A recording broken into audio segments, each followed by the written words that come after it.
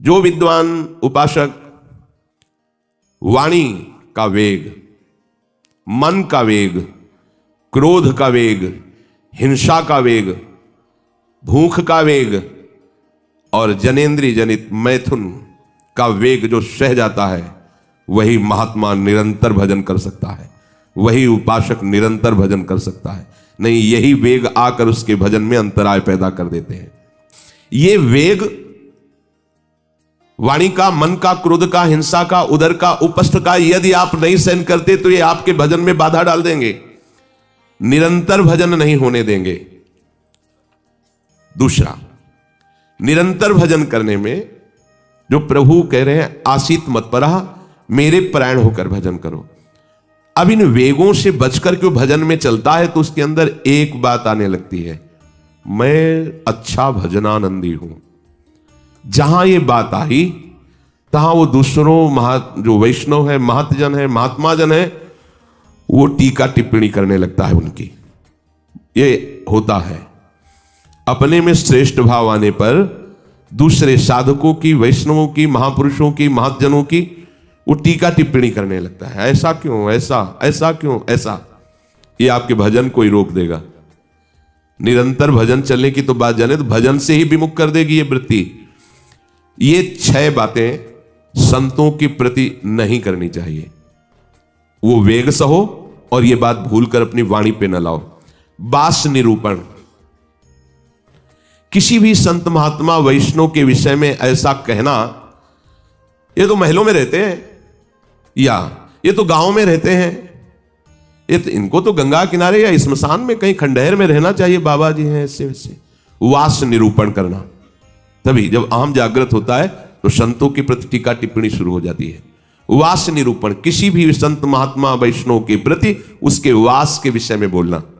दूसरा, ज्ञान निरूपण, किसी संत वैष्णव के प्रति ऐसा, ये पढ़े लिखे तो है नहीं, शास्त्रों का इनको ज्ञान तो है नहीं, भेष बना लिया, बस पेट भरण पोषण के लिए घूम रहे, कोई इनको ज्ञान तो है नहीं। क्या भजन करेंगे, क्या विचार करेंगे जब इनको पढ़े ही नहीं है, शास्त्रों का ज्ञान नहीं है, तो क्या ये भजन करेंगे।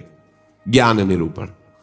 तीसरा, जाति निरूपण, अच्छा ये अमुक जाति के हैं, हाँ तभी चाहे जितना भेष रख ले, नीच जाति का तो नीचे जाति का रहेगा ना।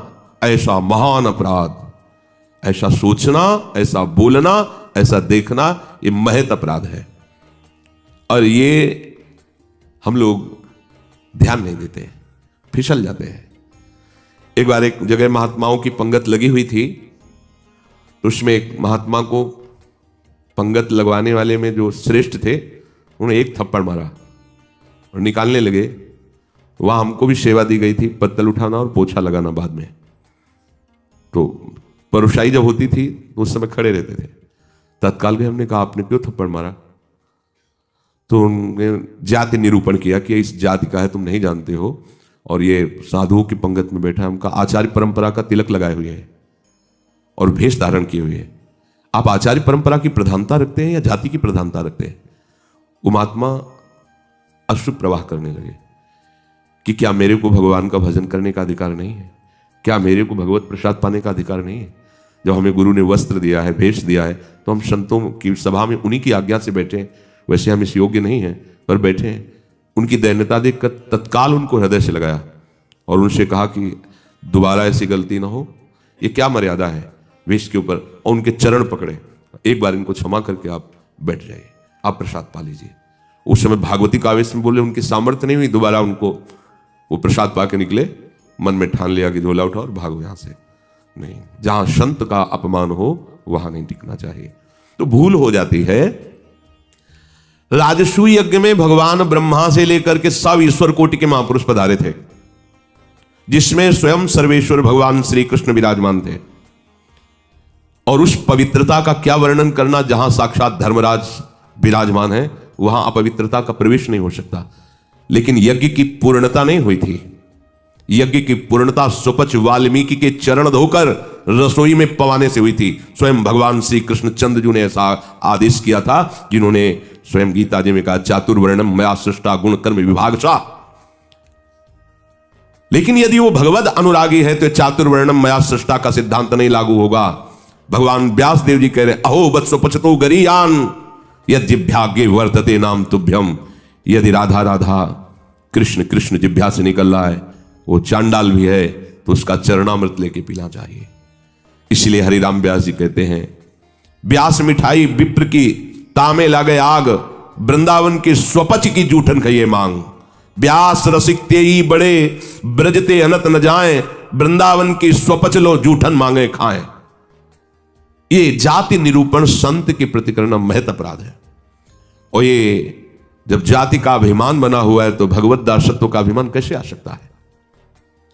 किसी भी मार्ग में हो आगे चल करके सब लय हो जाता है। यह देहाभिमान के अंतर्गत आता है। देह ही तो जन्मी है जाति में, यह स्वरूपाभिमान थोड़ी है, यह देहाभिमान ही है। इसलिए वैष्णव के सबके एक ही गोत्र हैं, अच्युत गोत्र। अपने सब रसिकों के एक ही गोत्र है, हरिवंश गोत्र। अगर हम जाति पक्ष में चले जाएंगे तो भगवत पक्ष से हट जाएंगे। तहां जाति कुल नहीं विचार, कौन सुत्तम कौन गंवार, सार भजन हरिवंश को। और या रस मगन मिटय भवत्रास, सुनहु रसिक हरिवंश विलास, श्री हरिवंश गायो। कहीं भी प्रकट हुआ हो किसी भी कुल में, और वो जब आचार्य के शरणागत हो जाता है आचार्य परंपरा से, तो अभेद हो जाता है। सुनय प्रपन्न जेब है, अभद्र सर्व के गए, तिन्हें मिले प्रसन्न हुए, न जाति भेद मानिए न जाति भेद मानिए। उनको देख करके कहना चाहे सुभाग हमारे अहोभाग्य आपके दर्शन हुए, आप पधारिए, आप विराजिए। और जैसे अपने पूज्य जनों का स्वागत किया जाता है, ऐसे मन में भी नहीं आना चाहिए कि ये अमुक जाति का संत है, इसके पैर कैसे छुए, इसका चरणामृत। अगर ऐसा तो आपका भजन बाधित हो जाएगा। जाति निरूपण, यही गलती हो गई थी दंडकारण्य के ऋषियों से श्री माता सबरी के प्रति। एक तो स्त्री जाति और दूसरी भीलनी। कैसे हम महाब्रह्म ऋषियों के बीच में बड़े बड़े कीड़ा पड़ गए थे, सरोवर के जल का प्रयोग नहीं कर सकते थे, सब अशांत थे। और भगवान श्री राम ने माता सबरी को सौभाग्य दिया ऐसा जो ब्रह्म ऋषियों को भी नहीं मिला। इसलिए कभी किसी संत के जाति निरूपण न करें। ये बिल्कुल देखो, हम सब प्रभु के अंश हैं। कर्म के अनुसार शरीर में आए, कर्म के अनुसार कुल में जन्मे, लेकिन हमको लेके थोड़ी बैठना है। हमको तो अपने प्रीतम के पास जाना है। हम ये कुल कर्म को लेके, जाति धर्म को लेकर के, शरीर को लेकर बैठे रहेंगे तो अगला जन्म निश्चित हो जाएगा। हमें प्रभु के पास जाना है। जो ही ये बात सोचकर आगे बढ़े तो आप केवल प्रभु के हो गए, खत्म खेल। बस सृष्टि चक्र के खेल के लिए है चातुर्वर्णम। भगवत मार्ग में जे ही आरूढ़ हुए तो वो शरीर राग हटा, भगवत अंश हो। जितने ब्रह्मा जी पवित्र हैं उतने तुम्हारा स्वरूप पवित्र है। जो भगवान शंकर का स्वरूप है वही तुम्हारा स्वरूप है। स्वरूप में अंतर नहीं है, अंतर है देह में। स्वरूप तो सबका एक ही है, भगवत स्वरूप है, सब आत्म स्वरूप है। चौथा, वृत्ति निरूपण। किसी महात्मा को देख के कहना है ना हाथ में माला है, हमें खास तो भजनानंदी तो लगते नहीं, पड़े रहते हैं, इधर खाते उधर खाते, भंडारा खाते डोलते हैं। बिल्कुल नहीं, तुम क्या जानो, क्या जानो कौन सी क्या वृत्ति है। एक भजन की ऐसी भी वृत्ति होती है जिसमें माला विक्षेप होता है। भजन में सहायक माला होता है, और एक भजन की ऐसी वृत्ति होती है जिसमें माला विक्षेप होता है। अगर कभी उत्साहपूर्वक ले भी लिया जाए तो 10-5 मिनट से ज्यादा नहीं चलेगा, रख जाएगा। स्वाभाविक छाया हुआ है, अब वहां मन का चलाए तो विक्षेप पड़ रहा है, गिनती करे तो विक्षेप पड़ रहा है, चल रहा है। अब आप क्या जाने, आप माला देख के तो जान जाते हैं कि जप हो रहा है, लेकिन बैठे हैं टहल रहे हैं तो आपको लगा खाली टहल रहे हैं। नहीं, ऐसा नहीं। संतों को जानना बड़ा कठिन होता है। एक बार गुरु जी की सेवा में सुकुमारी शरण थे, जे ही लाडली कुंज में प्रवेश हुए तो महाराज जी का दुर्गंध आ रही। ऐसे देखा और कहा वैष्णव अपराध करके आ रहे हो क्या? महाराज जी हम साबुन लगा के नहीं नहाते तो शायद शरीर से दुर्गंध। बोले वो दुर्गंध नहीं, ये वैष्णव अपराध की दुर्गंध है। गुरुदेव ने कहा महाराज जी सावधान रहते हैं, कोई वैष्णव अपराध तो नहीं, हमें महसूस हो रही है। आप पहले वहीं खड़े रहिए, बताइए क्या वैष्णव अपराध किया है। भजन का क्या प्रभाव होता है, बहुत सूक्ष्म है, बहुत सूक्ष्म। महापुरुषों के हृदय से ही पता चलता है ना। प्रारंभ में था तो पंडित बाबा की वाणी पढ़ी तो तन्मयता एकदम पंडित बाबा में हुई। तो दूसरे दिन सेवा में गए तो उन्होंने कहा कि हमारे चिंतन में कृष्ण बलराम आए, तुम्हारे सिवा और किसी का यहाँ आना नहीं है। तुम कहा महाराज जी पंडित बाबा का चरित्र पढ़ रहे तो एकदम उसमें तन्मयता एकदम। बोले हाँ तभी आया चित्र में। अब कितना सूक्ष्म, मतलब ये सबके समझ में की बात। परिक्रमा दे रहे थे जगन्नाथ बाबा की कुटिया, दोपहर में देखा महाराज जी गायब। देखा तो अप्सरा कुंड में ध्यानस्थ एक वृक्ष के नीचे बैठे। महाराज जी वहां से क्यों चले आए? बोले इतनी जोर के गोपाल मंत्र के वहां परमाणु सिद्ध पुरुष थे ना, तो हमें विक्षेप पड़ रहा था निज मंत्र में, इसलिए हट के चले आए। वहीं हम पढ़े, हमें कुछ पता नहीं चला। आपका कितना सूक्ष्म प्रवेश करती कह दिया आप वैष्णव अपराध करके आ रहे, दुर्गंध आ रही। वो हाँ महाराज जी अगर ये वैष्णव अपराध है तो फिर वो एक समोसा बांट रहे थे तो एक संत बार बार समोसा ले और खाते जा रहे थे, फिर लेते जा रहे थे। तो उसने धक्का मारा और दबकाक भगा दिया। तो हमें लगा कि कैसे संत हैं ये समोसा के लिए बार बार हाथ फैला रहे हैं। तो बोले उनको जानते हो? बोले हाँ प्राय वो दिखाई देते हैं बिहारी जी की गली में। बोले जाओ, महाराज जी ने पैसा दिया 50 रुपये उस समय, अगर जाओ समोसा खरीदो, उनको दो और उनके चरण पकड़ो, उनसे कहो कि आपके प्रति हमारी ऐसी मलिन बुद्धि हो गई थी, आप हमें क्षमा करें, फिर सेवा में आओ। कितना सूक्ष्म है महापुरुषों का सुरक्षा कवच। किसी भी संत के प्रति, वैष्णव के प्रति, ये तो पड़ा रहता है, तो कभी माला नहीं लिए, तो कोई भजन ध्यान करता नहीं, इस प्रकार से उसकी निंदा करना ये वृत्ति निरूपण है। पांचवा है स्वरूप निरूपण। इनके चेहरे में कोई तेज तो है नहीं, हमें लगता है कोई महात्मा तो है नहीं, बनावटी ही लग रहे हैं, कोई आकर्षण तो है नहीं इनके चेहरे में, सच्चे साधु नहीं है, ऐसा वैसा नहीं। आप क्या जानते हो, ये राख से ढकी हुई आग है, राख हटे तब पता चलेगा। अगर चेहरे से ही महात्मा की पहचान होती तो जड़ भरत जी को पहचान लेता रहुगण। और साधारण सत्संगी नहीं, कपिल भगवान से सत्संग करने जा रहा है, कोई साधारण सत्संगी नहीं, महापुरुषों का संग करने वाला है, फिर भी नहीं पहचान पाया राख से ढकी हुई आग को। जड़ भरत जी जैसे महान ब्रह्मभूत महापुरुष से पालकी उठवा दी, जब उनके वचन प्रकाशित हुए तो कूद पड़ा पालकी से चरणों के। इतनी ऊंची स्थिति के महात्मा कांप गया। ये किसी भी महात्मा के बाह्य रूप को देख करके नहीं जाना जा सकता कि किस कोटि का महात्मा है, कितनी ऊंचाई का है। इसलिए इनमें तेज नहीं है, इनका चेहरा कोई आकर्षणकारी नहीं है, ऐसे कोई साधारण लगते हैं, कोई सच्चे साधु तो है नहीं, ऐसा नहीं करना चाहिए। छठवां धातु निरूपण। भक्त या भगवत विग्रह की, अच्छा ये पत्थर के ठाकुर जी हैं, सप्तम धातु के हैं, ये काहे से बने हुए हैं ठाकुर जी? अगर वो मंदिर में विराजमान तो साक्षात प्रभु विराजमान, कुटिया में विराजमान तो साक्षात प्रभु विराजमान। श्री विग्रह में पाषाण, लोहा, तांबा या काष्ठ की भावना ले आना ये आपके निरंतर भजन में बाधा पहुंचा देगी। उन वेगों को सहना और इस अपराध से बचना। जो गुरु ने नाम दिया है, मंत्र दिया है, आराध्य देव का रूप दिया है, उसके सिवा सब माया है, वो अपने को चिंतन नहीं करना, केवल उतना ही चिंतन। ये बहुत कठिन बात है। प्रायः मनमानी भजन करने में ज्यादा अच्छा लगता है, और गुरु मंत्र और गुरु श्री मुख से जो दिया गया उपासना नाम है, पद्धति है, उसमें मन मरता है, इसलिए उसमें मन नहीं लगना चाहता।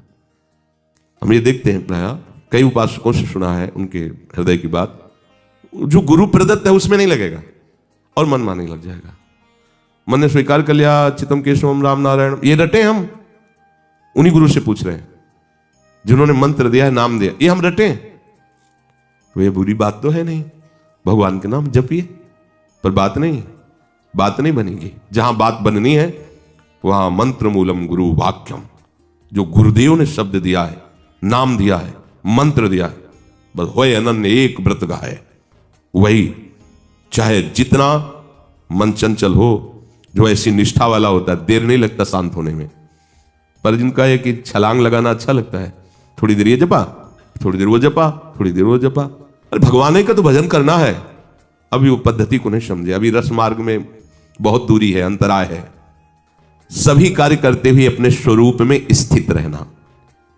जैसे अपने लोगों का स्वरूप है सहचरी, तो जगने से लेकर शयन तक आपकी स्मृति में रहना चाहिए। महर्षि जी की सहचरी हूं। भले अनुभव में नहीं आ रहा, आपको सहचरी बप्पू का अनुभव नहीं हो रहा, पर हम हैं, मान लेना। जैसे अपने को अनुभव नहीं था हम किस कुल में जन्मे हैं, पर माता पिता किसी ने तो सिखाया होगा कि तुम पंडित हो, ब्राह्मण हो, बैठ गया ना दिमाग में। इन्होंने लिखा है क्या ब्राह्मण कहीं, और बैठ गया पंडित घर के जन्म है हमारा। ऐसे ही गुरु ने तुम्हें नया जन्म दिया है। न स्त्री हो, न पुरुष हो, न ब्राह्मण हो, न क्षत्रिय हो, न वैश्य हो, न शूद्र हो, न गृहस्थ हो, न विरक्त हो। क्या हो? श्री जी की प्रिय सखी हो तुम। स्वीकार करो। जैसे मां ने सिखाया था कि ये तुम्हारे पिता हैं और पिता ब्राह्मण कुल के, तो तुम भी ब्राह्मण कुल के हुए। समझ गए? तुम पंडित की संतान हो तो पंडित ही हुए। ऐसे ही तुम हमारे प्रिया प्रीतम के अंश हो। गुरुदेव ने समझाया तुम प्रिया प्रीतम की प्रिय सखी हो। बस ये दिमाग में तुम लाओ पहले, इसी से स्वरूप जागृत होगा। जो उपासना पद्धति मिली पहले दिमाग में ले आओ। न स्त्री हो, न पुरुष हो, न गृहस्थ हो, न विरक्त हो, न ब्राह्मण हो, न क्षत्रिय हो, न वैश्य हो, न शूद्र हो। तुम क्या हो? तुम प्रियालाल के निज जन हो। तुम प्रियालाल की सहचरी हो, प्रियालाल की प्रिय सखी हो। ये सुबह से शयन तक आपके दिमाग में आ जाए। जैसे हम रटते नहीं हैं, पर कभी भी पूछ लिया जाए तो हम अपनी बात बता देंगे। ये शरीर कहां जन्मा है, क्या है, कभी याद नहीं करना है, लेकिन वो आया ना। ऐसे सहचरी बप्पू का है। हमने दर्शन नहीं किए सहचरी स्वरूप के, पर हमारे गुरुदेव कह रहे हैं कि आप सहचरी बप्पू हो, आपका स्वरूप सहचरी है, तो हम पहले स्वीकार करते हैं। उठते बैठते चलते फिरते आपके दिमाग में बात बैठ जाए कि मैं श्री जी की प्रिय सखी हूं। युगल सरकार हमारे प्रीतम हैं, और पीछे की जो बातें की गई वो हमारे जीवन में ना हो, तो भगवान जो कह रहे हैं आशीत मत परहा, मेरे परायण होकर बैठ जा, अर्थात आप निहाल हो जाओगे। भगवत आश्रित भगवत परायण वर्तमान में ही आनंदित होता, भविष्य की बात नहीं होती। वर्तमान में जाने मोरी छाती, उसका हृदय जो शीतलता और आनंद से भर जाता है, फिर वो कृतकृत्यता का अनुभव करता है। इसलिए सत्संग का श्रवण करो, फिर मनन करो और उसको जीवन में धारण करो। जो कहा गया नहीं करना उसको छोड़िए, जो कहा गया स्वीकार कीजिए उसको स्वीकार कीजिए। यही विवेक है, असत का त्याग और सत को स्वीकार करना। जिस सत को स्वीकार किया उसी में अनुराग कर लेना, यही उपासना का आंतरिक मन।